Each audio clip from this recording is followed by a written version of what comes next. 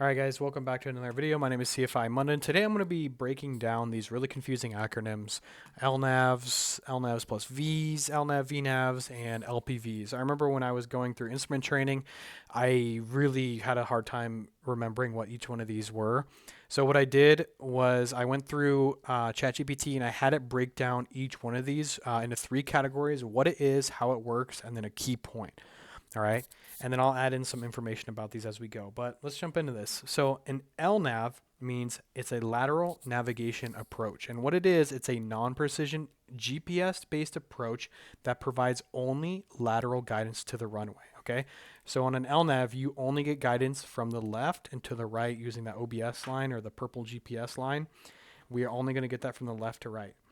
Pilots use GPS to follow a horizontal path to the runway. There's no vertical guidance, so pilots must descend using step-down fixes and maintain the minimum descent altitudes until they have the runway sight. So that means that we can be guided from left to right, but we're not going to be guided up and down, and that we're going to have to use our step-downs in order to get down to the runway, okay? But lateral guidance we will get. Key point, it's up to the pilot to manage the descent rate. No vertical guidance is provided. That goes without being said.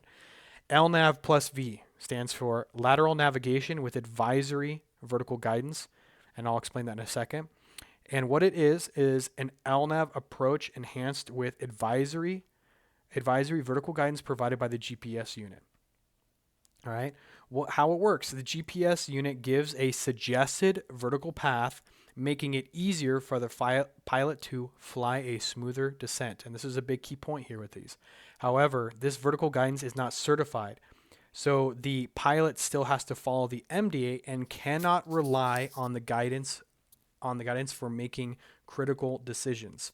So that means that when you're, depending on what type of system you're using, and your glide slope comes alive, but you see LNAV plus V, understand that that glide slope, right, that you're following up and down is advisory only, and you cannot descend below your MDA with vertical guidance.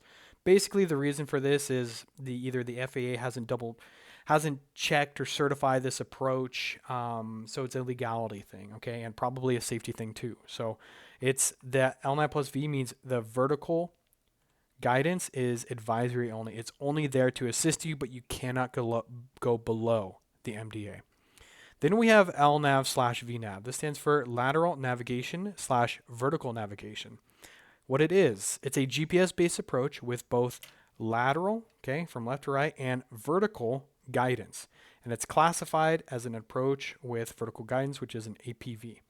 How it works, the approach provides a precise glide path using either GPS or barometric readings to guide the aircraft both horizontally and vertically. Okay, one thing here is that LNAV, VNAV does not use either GPS or barometric readings. It simply uses barometric readings. So LNAV, VNAV gives you guidance from the left to right and up and down, but it uses your aircraft's pedostatic system, i.e. the altimeter, in order to shoot this approach, okay? And this uses, okay, I'll keep reading here. It says, the pilot descends along this glide path to a decision altitude where they must decide to land or initiate a missed approach. Key point, offers more precise vertical guidance than an LNAV plus V, but it's less accurate than an LPV. It's a step closer to a precision approach. And basically what they're saying by that is an LPV is the most accurate GPS approach that you can get, and that the only reason why our minimums for an LNAV VNAV is higher than an LPV is because we're using barometric readings, which is less accurate than our GPS readings. Okay, so remember, LNAV VNAV is more accurate than an LNAV plus V, but it's less accurate than an LPV. Okay, but I don't want to get you too confused on that. All right, an LPV, localizer performance with vertical guidance. What it is, it's a GPS approach with high precision, lateral, okay, and vertical guidance, similar to a landing system ILS approach. It's similar to, all right, how it works. Uses GPS and WAS to provide extremely accurate lateral and vertical guidance. Pilots follow this guidance to the DA, and just like an ILS approach, they make a decision whether to land or go around. Key point, provides precision, like accuracy, but it's not officially classified as a precision approach. It offers the most accurate GPS-based guidance available. All right, so with an LPV, we get guidance from the left to the right, and we get guidance up and down. It's extremely accurate, but it's not considered a precision approach. And when somebody asks you why it's not, just say something on the lines of, it's a bureaucratic thing, the paperwork that goes along with making this a precision approach, and it's a legal thing, okay? So it is extremely accurate, but it's not a precision approach, all right?